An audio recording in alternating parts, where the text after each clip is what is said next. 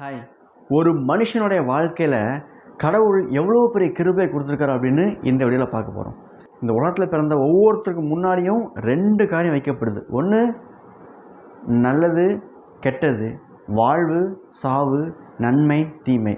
இதில் எதை வேணாலும் மனுஷன் முடிவு பண்ணதுக்கு அவனுக்கு முழு உரிமை கொடுக்கப்பட்டிருக்குது. இன்னும் சொல்லவா, இந்த உலகத்தையே உண்டாக்குனது கடவுள், மனுஷனை உண்டாக்குனது கடவுள். எல்லாத்தையும் உண்டாக்குன அந்த கடவுளையே வேண்டான்னு சொல்றதுக்கும் மனுஷனுக்கு அதிகாரம் கொடுக்கப்பட்டிருக்குது. அதுதான் கடவுள் கொடுத்த ஸ்லாக்கியம். கடவுள் மனுஷனை எந்த அளவுக்கு உயர்த்த வச்சுருக்கார் அப்படின்னா, தன்னை படைத்த கடவுளையே அவன் வேண்டான்னு சொல்லிடலாம். ஆனால் கடவுளை தெரிந்து கொண்டான் அப்படின்னா அவனுடைய வாழ்க்கை சிறப்பாக இருக்கும். இதை குறித்து தான் உபதியா புஸ்தகம் பேசுது. உபதியா புஸ்தகத்தில் நம்ம கடவுளை கிருபை பேச போகிறோம். இந்த புஸ்தகம் ரொம்ப சின்ன புஸ்தகம். இதில் ஒரே அதிகாரம் தான் இருக்குது. 1 14ஆம் வசனம் வரைக்கும் ஏதோங்கிற ஒரு ராஜ்யத்தை குறித்த தண்டனையை சொல்கிறாரு. 15ஆம் வசனத்தில் இந்த உலகம் ஒட்டுமொத்த உலகத்துக்கும் ஒரு நியாயத்தீர்ப்பு இருக்குன்னு சொல்கிறாரு. 16ஆம் வசனத்துலேருந்து கடைசி வரைக்கும் இஸ்ரேல் நாட்டுக்கு கொடுக்கப்படுகின்ற நம்பிக்கையும் ஆசீர்வாதமும் சொல்லப்படுது.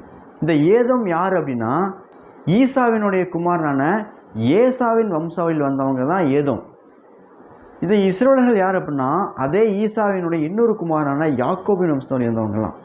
இப்போ இந்த புஸ்தகத்தை ரெண்டாக பிரித்தோம்னா, முதல் 14 வசனங்கள் ஏசாவின் வம்ச வழி வந்த ஏதோமும், 16லேருந்து அடுத்த வசனங்களும் யாக்கோபின் வழி வந்த இஸ்ரேல் மக்களும். 2 தேசம் இருக்குது. நடுவில் கடவுள் இந்த ஒட்டுமொத்த உலகத்துக்கும் நியாய தீர்ப்பு வரும்னு சொல்கிறாரு. அந்த வசனம் நான் வாசிக்க காமிக்கிறேன். எல்லா ஜாதிகளுக்கும் விரோதமான நாளாகிய கர்த்தருடைய நாள் சமீபமாய் வந்திருக்கிறது. நீ செய்தபடியே உனக்கும் செய்யப்படும். உன் செய்கையின் பலன் உன் தலையின் மேல் திரும்பும். இந்த ஏசா யாக்கோப்பு யாருன்னு தெரிஞ்சுக்கோங்க. கடவுளை நம்புகின்ற ஒரு மனுஷனான ஈசாவிட்டிருந்து பிறந்தவங்க தான் ஏசா யாக்கோபு. ஆனால் 2 பேருமே தெரிந்து கொண்ட பாதை, தெரிந்து கொண்ட வழி, வாழ்க்கை வேறு. யாக்கோபு கடவுளை தெரிந்து கொண்டான். ஏசா கடவுளை தெரிந்து கொள்ளவில்லை. ஏசா கடவுள் வேண்டான்னு சொல்லி வெறுத்துட்டு தன்னுடைய இஷ்டப்படி தன்னுடைய வாழ்க்கையை தான் போன போக்கில் வாழ்ந்தான். ஆனால் யாக்கோபு கடவுளை நம்பி கடவுளுக்காக தன்னுடைய வாழ்க்கையை அர்ப்பணித்து வாழ்ந்தான். யாக்கோபு ஒன்றும் பெரிய பரிசுத்தமாக நான் சொல்ல வரல. ஆனால் அவனுடைய விசுவாசம் கடவுள் மேலே இருந்துச்சு. இந்த ஏசாவுடைய விசுவாசம் தன்னுடைய சுய பலத்தின் மேலே இருந்துச்சு. இதில் நம்ம கற்றுக்கொள்கிற காரியம் என்ன தெரியுமா?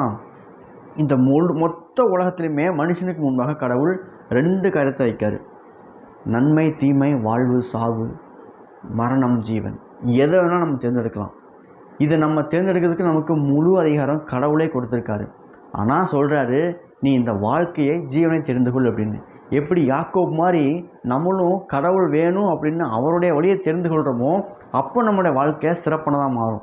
இல்லை கடவுள் வேண்டாம் அப்படின்னு சொல்லிட்டு நம்ம கடவுளை நிராகரிச்சிட்டோம்னா, இந்த ஏசான் வம்சாவளி வந்த ஏதோமை போல் நம்ம மேலும் நியாயத்தீர்ப்பு உண்டாகும். ஏன்னா எல்லா ஜனங்களுக்கும் நியாயத்தீர்ப்பு இருக்குதுன்னு 15ஆம் வசனம் சொல்லுது. அதுவும் அந்த நியாயத்தீர்ப்புக்கு முன்னாடி ஒவ்வொரு மனுஷனும் நின்னே ஆக வேண்டியப்பட்டிருக்குது. ஆனால் இதில் கடவுளை கிருபை எப்படி தெரியுமா?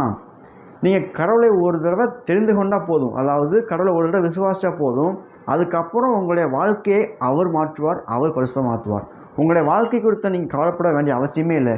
உங்கள் வாழ்க்கை எப்படிப்பட்ட சூழ்நிலை இருந்தாலும் சரி தான், நீங்கள் எப்படிப்பட்ட நிலைமையில் இருந்தாலும் சரி தான், எப்படிப்பட்ட விதமாக இருந்தாலும் சரி தான், எதை குறித்து நம்ம கவலைப்பட வேண்டாம். நம்ம வாழ்க்கையை ஒப்பு கொடுத்த கடவுள் அதை பொறுப்பெடுத்து பாதுகாத்து கொள்வார். யாக்கோபு கடவுளை விசுவாசித்தான், அதனால் அவன் நல்ல ஜாதி நான் சொன்னதுனால அவன் நல்லவன் நான் சொல்ல வரல. அவங்ககிட்ட நிறைய குறைகள் தவறுகள் இருந்துச்சு. ஆனால் அவங்ககிட்ட தொடர்ச்சியாக இருந்த ஒரு விஷயம் என்னென்னா, கடவுள் மேலே ஒரு விசுவாசம் இருந்துச்சு. அந்த விசுவாசம் அவனை வெற்றியுள்ள மனுஷனாக, இஸ்ரவேலுங்கிற ஒரு ராஜ்யத்தை பிறப்பிக்கின்ற ஒரு மூதாதையனாக மாற்றுச்சு. அதே போல் இன்றைக்கி நம்மளும் கடவுளை விசுவாசம் அப்படின்னா, நம்முடைய வாழ்க்கை எந்த நிலைமையில எப்படி இருந்தாலும் நாம் எதற்காக பிறந்திருக்கோமோ அதை நிறைவேற்றி முடிக்க முடியும் எந்த சூழ்நிலையிலும். இன்றைக்கி நீங்கள் எவ்வளோ பெரிய தவறு, எவ்வளோ பெரிய பாவம் என்ன செஞ்சிருந்தாலும் பரவாயில்ல, ஒரு தடவை நீங்கள் இயேசு விசுவாசிச்சிட்டிங்கன்னா நீங்கள் கடவுளுடைய பிள்ளையாகிட்டீங்க.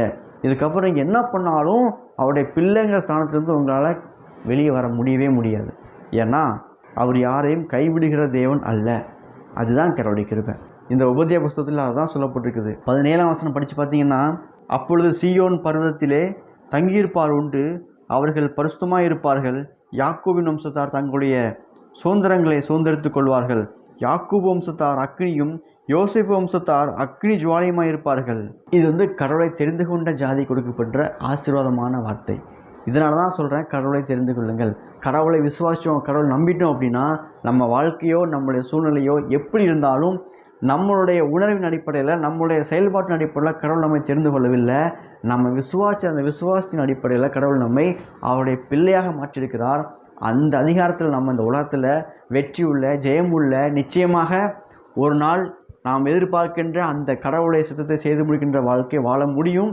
நம்மளால் மட்டும் இல்லை, நம்மை உருவாக்கின கடவுளே அதை செஞ்சு முடிப்பார். அதுதான் கடவுளுடைய கிருபை. இந்த புத்தகத்தை நம்ம கற்றுக்கிற விஷயம், முதல்ல ஏசா, ரெண்டாவது யாக்கோபு, நடுவில் நியாயத்தீர்ப்பு. நம்ம வாழ்க்கை, நமக்கு முன்பாக 2 வாழ்க்கை இருக்கப்பட்டிருக்குது. நம்ம எதை தெரிந்து கொள்கிறோம் என்பது முக்கியம். அந்த அதிகாரத்தை கடவுள் நமக்கு கொடுத்தாரு. ஆனால் நம்மளை நன்மையை தெரிந்து கொள்ளுங்கள், ஜீவனை தெரிந்து கொள்ளுங்கள் சொல்கிறாரு. அப்படி தெரிந்து கொண்டோம்னா நம்முடைய வாழ்க்கை தோல்வியான வாழ்க்கை இருக்காது. கடைசி வரைக்கும் நம்மளை முடிவு பெறும் காப்பாற்ற கடவுள் வல்லவராக இருக்கிறார். விசுவாசிச்சு பாருங்கள், வாழ்க்கை மாறும். பாய்.